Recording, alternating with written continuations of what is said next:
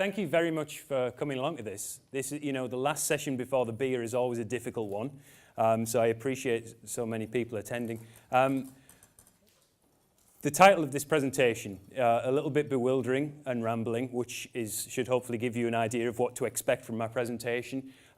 Or is it two titles? I'm not sure, but hopefully it'll give you an idea of what to expect. This presentation is very much about the journey that we've gone on with Canvas, from a little bit of a rocky start to, well, there's a big spoiler on the screen, a happy ending overall.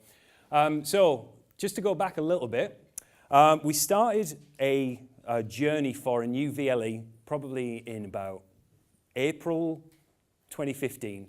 So our last provider, what we were experiencing was a lot of disengagement with our last provider, who we had been with for 14 years. So consequently, a lot of our staff were looking towards different systems to use, which meant that we didn't have a very good comprehensive college-wide approach to e-learning. So we had some staff trying to use Google Apps, other people using our VLE. We realized that something needed to change. There was a lot of disengagement from staff, and consequently there was a lot of disengagement from our learners. So we started the process, we got the ball rolling, we started looking at a lot of different VLE competitors. We got those down to 3, either sticking with Blackboard. I've already said their name. Excuse me, if I say them 3 times, a sales rep will turn up, so I'll try not to say it again. Sticking with them, and then also our other options were Schoology or Canvas. So that was our short list. And then we started our evaluation process. Now, we didn't go to tender. A couple of reasons for this. One being an FE college, albeit quite a big one. It wasn't, we didn't have to go to tender. So for financial, because it was under a certain threshold, we didn't actually have to go to tender. And also, I didn't really want to go to tender because we'd had a few horror stories of tender processes that had gone wrong and that had been really drawn out and that just generally didn't give the desired effect. So we were quite glad that we didn't have to go to tender, but also the only thing I really wanted to make sure happened from the evaluation process was that everyone was involved. I didn't want to be, a year down the line and someone pointing their finger at me saying, this was your fault, we should never have moved. So we had to make sure that especially students were involved from the get-go. So we did a variety of different options. We started off, once we got our shortlist, we did some staff and student workshops. So we invited all 3 providers in, and they would do a workshop for our staff and a workshop for our students, and then we would get some feedback from them. Francis came along from Canvas, and I think he came in about 3 or 4 different times, met with our students and staff, and we did that with all of the other providers.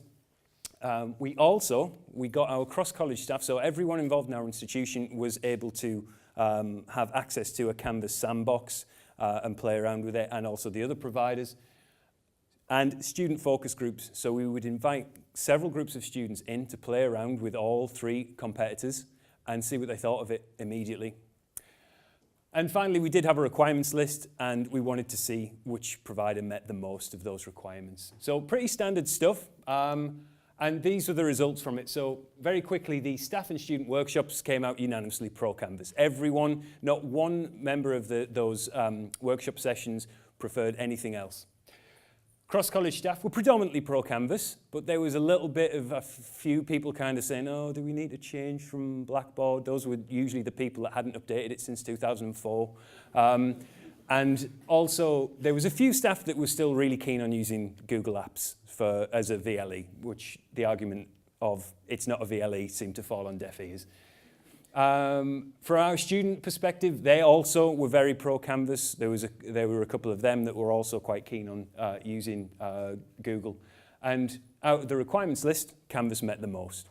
So we did the evaluation process. We presented this to our senior management team, and they said, yeah, absolutely, go for it. It needs to be Canvas. It was decided that the future was Canvas. It was going to make our lives so much easier. It was going to be cleaning our houses and cutting our hair, and not mine, obviously. And it was going to be just making everything, super easy, and we would have no problems moving forward. So on to implementation from our journey to to the future. And that went really smooth too. We had our, and I'm sure this is the same for anyone who's moved to Canvas in here, we had our weekly calls with Cash. And also we decided we wouldn't bring anything over from Blackboard. Well, that's twice. We decided not to bring anything over, and there was two reasons for this. So one, we'd had it in place for 14 years, and I wasn't joking earlier on when I said that we did have things on there still from 2004. So there was a lot of old material on there, there was a lot of bad practice on there, and we didn't want to bring that into our brand new futuristic Canvas.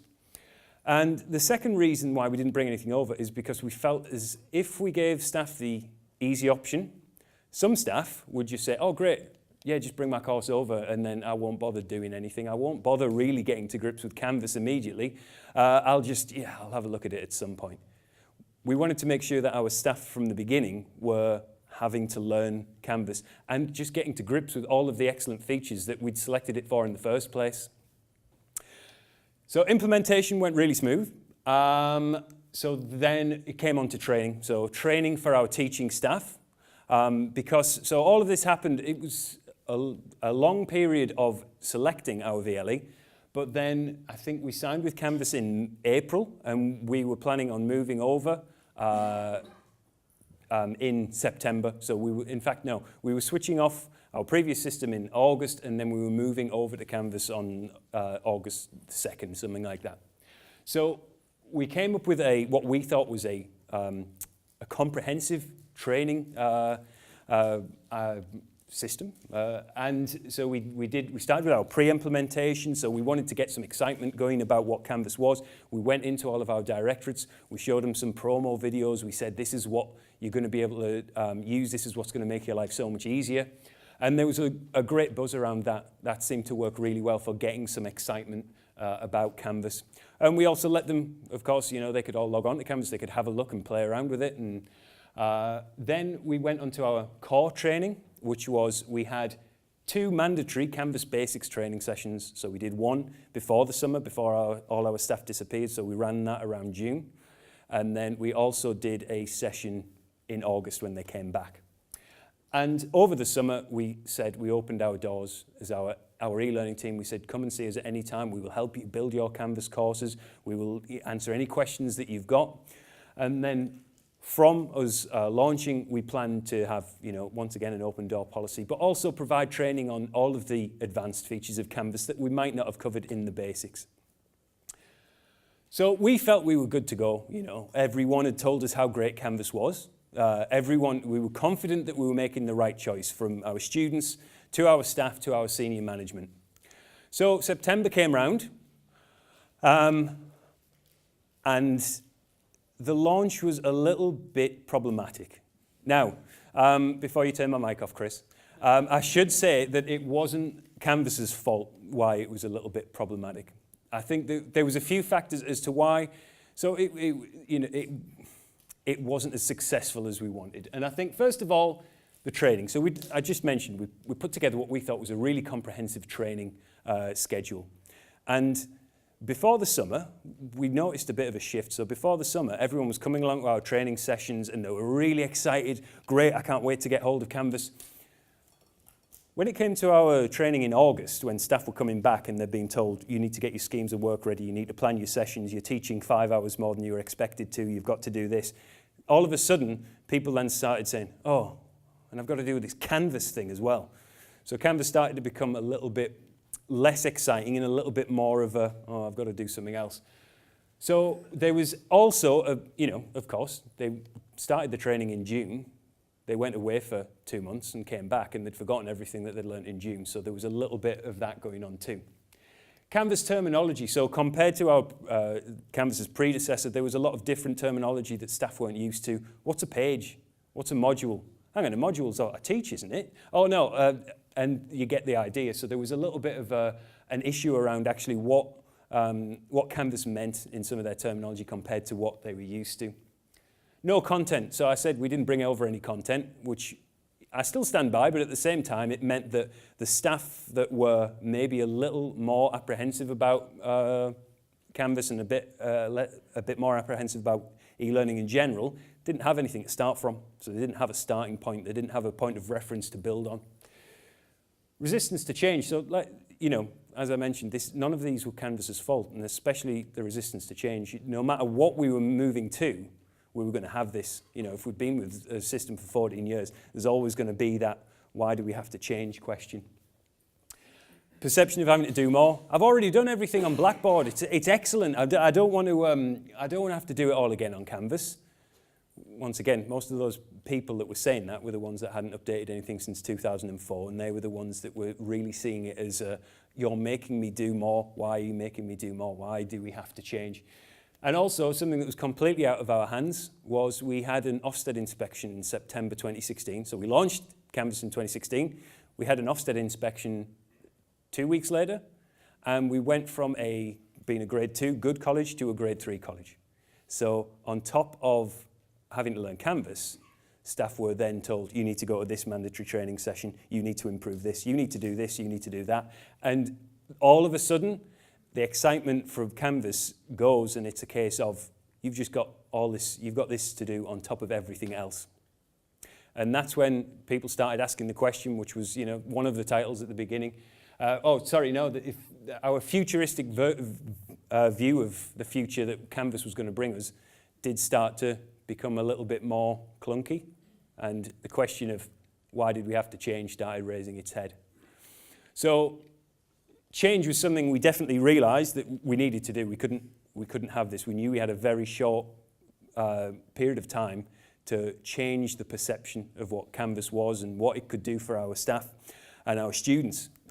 So we needed to make some changes, and I'm going to go through now some of the ways that we set about changing the perception. First of all, so our training. So I mentioned that we did training at the beginning of the summer and at the end of the summer. And largely, this worked for our staff that were switched on with e-learning. However, for the staff that weren't as switched on, they'd forgot most of it after the first session, and by the second session, they were already sort of stressed that they weren't taking it in. We realized that for basic Canvas training, group sessions didn't work. It didn't work bringing a group of people into a room and saying, right, this is everything you need to know about Canvas in an hour, go away and build your courses. So what we needed to do was provide one-to-one support, and the way that we did this is, at the time, our e-learning team was 3 people. So what we did is we went and camped in our directorate workroom. So we have 8 directorates in the college, and between 3 of us, we would spend, I think, probably 2 hours a day in one of these workrooms, and we would just grab people as they came in. Have you got any problems with Canvas? Are you using Canvas? Have you got your course set up? Is there any content on there? Do the learners know what they're doing? And that allowed us to give support to staff based on what level of IT expertise they had, but also allowed them to build what they needed to in situ. So it wasn't a case of, here's all the information, now go and do it yourself. We would sit with our staff and help them create their Canvas courses and just facilitate and answer any question that they had there and then. We did 180 hours of training between September and December, so it was crazy. It was really exhausting. None of us slept very well. We didn't get much of anything else done other than Canvas training, but at the same time, that was one of the things that I think really broke the back of that perception of Canvas being, as someone once called it to me, evil Blackboard, I think they referred to it as. Canvas champions. So we used to have, as I'm sure many FE institutions, we used to have e-learning champions a few years ago, and then they were taken away from us. But then we went to our senior management team and we said, if you really want Canvas embedding well, we need people in the directorates. So we had, in each of our directorate was appointed a Canvas champion. And this was someone, a member of teaching staff, who was interested in Canvas, interested in e-learning, who could provide support to their peers in a staff room environment. And this was great for a number of reasons. First of all, because having that peer-based support gets away from that argument that I sometimes get, or my colleagues sometimes get, of, yeah, but you're e-learning. You know how to do this, but you're in e-learning. I'm just a teacher. And so having members of teaching staff providing that troubleshooting, providing that one-to-one support, and giving us feedback on what the main areas of concern was in each directorate was really valuable. And also, they could help us push out new features as they came along. So when we launched Canvas in September, there wasn't Office 365 integration, there wasn't Google Drive integration. So when that came through in January, we had our Canvas champs to help push that information out in our directorates, which made our job as a central team a lot easier. We realized we had to promote Canvas even more than we had done before we got it in, so we did a number of different things. We set up a Canvas training site on Canvas. So on here we would have things like a tip of the week. So every week we would send out to all of our staff so they would get notifications about a shortcut that they would do on Canvas, something that would help them save time from Canvas. So things like Commons, because we didn't really cover Commons a great deal when we were doing our basics training. You know, we would show them how to use Commons in a really short few steps, provide them with video links, and just give them some quick wins with Canvas to hopefully get back some of that excitement that they already had right at the beginning before we launched. We did our Inspire training videos, so that's one of my colleagues, Dave, who every week we would do a different training video from one member of the team. So we do a quick to-camera video talking about Canvas. Oh, right, okay, this week what we're going to talk about is blah, blah, blah. Just to give a bit more of a personalized approach to the training, rather than our staff just reading or watching videos that had already been pre-made by Canvas. And we already do, at Middlesbrough, we already have a monthly online newsletter where we showcase to our staff free and easy online apps, tools that they can use in their teaching. So for September, October, November, December, we dedicated this entirely to Canvas. So every month they would get a newsletter with new things about Canvas that they could use sent to them, and also we do print a few copies as well. So we really wanted to ramp up the promotion on Canvas to make staff aware of the great features that we bought it for in the first place. Now, I mentioned we had that Ofsted inspection, which at first felt as though it was a bit of a thorn in our side and a bit of a one of the barriers to why the uptake on Canvas was a little bit slow at the beginning. But actually this was a little bit of a silver lining because our senior management team, who we'd already pitched Canvas to really well, they came to us and asked us if it would be possible to use Canvas to fix some of the problems that were outlined in our Ofsted report.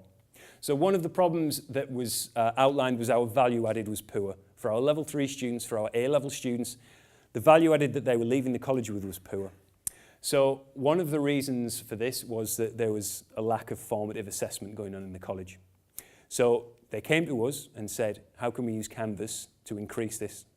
So excellent, that's exactly what we need. So we got the backing from our senior management to promote things like Canvas's quizzes, using online assessment, stuff that we'd already been doing before, and but because we had their backing meant it had so much more emphasis. Rubrics for standardized feedback. So if staff are having to do more formative assessment, how can we increase the pace of how the feedback is delivered? So we helped our staff create some standard rubrics that could then be edited within each department to provide that quick feedback on formative assessments. And we used Outcomes and Mastery to provide an overview for how our students were performing at a formative level before they got to the summative exams. So what I mean by this is we would set up our courses with learning outcomes that we used during the formative assessments. So assessments, quizzes, we'd integrate the outcomes, and then that would give us a bit of a heat map for how our students were performing. So this could have been, we set it up with learning outcomes for each of our courses, but it could have been done with topic areas. And you know, this allows me to see as a member of staff or as a member of senior management, oh great, well that learning outcome 2, that's looking all green, that's great. It looks like the students are probably going to be fine for the summative assessment. But that one fourth along with all those reds, what's going on there? And it gave our staff the opportunity to fix those problems at the formative level before the students took the summative assessments. Curriculum 360. Now this was our blended learning initiative that we started last year, and we ran entirely through Canvas. And the good thing about this is it allowed us to promote Canvas and all of its features to the staff that were not only undertaking Curriculum 360, but by the end of the year we could also promote it to everyone else. So for all of our, last year we did 30 courses. This year we're doing it for all of our level 2 and level 3 programs. But last year it was 30 courses, and an hour of their delivery a week was blended learning. So they would come along to our LRC, they would log on to Canvas, and they would go through an hour of online delivery. Canvas, the tools in Canvas made this so much easier for us, and it was something that we couldn't have done with its predecessor. So it provided us with a standardized way of delivering it. We would create a template course on Canvas for each of our blended learning courses that were exactly the same, and our tutors could then just input their own information. I'll show you some examples of this. Things like the Canvas app provided some very exciting submission opportunities. So instead of it being a case of submit me a piece of text, it could be, okay, group of students, go away, film a presentation on your phone, submit it through the Canvas app, and I'll mark it that way. The analytics on Canvas meant that the students that were undertaking blended learning could be easily observed by our teaching staff, so they could check when they were logging on, how long they were logging on for, what page were they clicking on, how well did they do in that quiz, and so forth. And the modules facilitated that structure. So if they were doing an hour a week, you can lock down each of your weeks using the module prerequisites and timestamps. And all of these things helped us to showcase Canvas to our teaching staff and our students. So a couple of examples that I'm going to quickly go through because I'm running out of time. I mentioned a standardized approach. So we created on Canvas a template for each of our courses. So as you can see there, you've got a weekly structure. These are two separate courses. They look quite similar. But behind each of those weeks was a module. So there's your week 1. The student would go through those tasks, and those modules could be locked down so they couldn't go any further than that. Personalized learning opportunities. We wanted to, with our blended learning, we were very much of the school of thought that it was about trying to make each of those Curriculum 360 courses personal. So not about buying some content and plugging it in and saying to students, right, go and sit on a computer and do that for an hour. It was about getting our staff to actually create the content and create some engaging tasks for our students. And Canvas gave our staff some really easy opportunities to do this. So for example, Stuart here, each week he would do a video introducing his tasks for that week. So just on his phone, so week 1 you can see he's just there, he's got his Middlesbrough College lanyard on, he's been very professional. Week 2, he's in the gym, he's got a t-shirt on. Week 3, he's on the cross trainer. Week 4, he's doing a spinning class in a yellow wig. And this was, all he did was film it on his phone, upload it directly to Canvas, and those little grainy videos engaged our students so much more than buying some off-the-shelf content. I'm going to skip through a couple of these to did it work. So we'd done all these things to change the perception of Canvas. And the question is, I suppose, what was the outcome of those things that we did? So our senior management team came to us in January and said, we want to know who's using Canvas. You've invested all this, we've given you these Canvas champions. Has it worked? So we developed a very easy bronze audit standard. And the 4 criteria that we wanted to test was, for each of our 600 courses that we have, each of our 600 Canvas courses, is the course published? Does it have students attached to it and that are using it? Is there learning content available for those students? And are there online assessments available? So we went through each of our 600 courses. Once again, our team of 3 went through them manually. And we found that 582 of them hit those criteria. That was what we termed as engagement, and that was where that 97% comes from that was right on the very first slide and in the title. Now, since then, for this year, we will be developing the bronze, silver, and gold standard, but that quick test there made us think we are on the right path with this, because that 97% took us 14 years with Blackboard.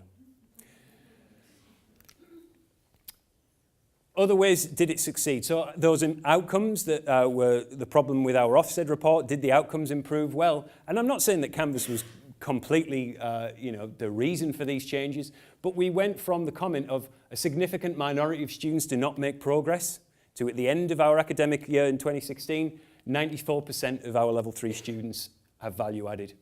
Our A levels went from a level 7 ALP score, which requires improvement, up to a level 4 very good. In fact, our A-level results have gone into the top 25% of colleges in the country.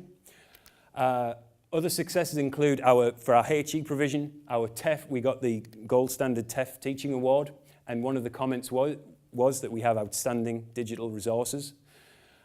Staff satisfaction, so all those people that were saying, why did we have to change? Largely that's gone.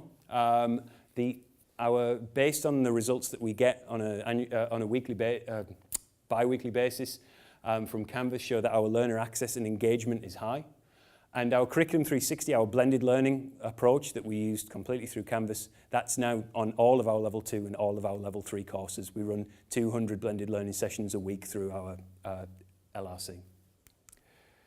So was it all worth it? I suppose, that's the question at the end of the day. That we, from our journey back in April 2015 to where we are now, absolutely. There was some hard work. But at the same time, we've gone from having a VLE that was not engaged in well. We went from having students that didn't engage in it, staff that didn't engage in it, to something now that is seen as valuable from not only our staff, not only our teaching staff, all the way to our senior management. And it is helping us, it can't take all the credit, but it is helping us achieve those successes that I've already outlined.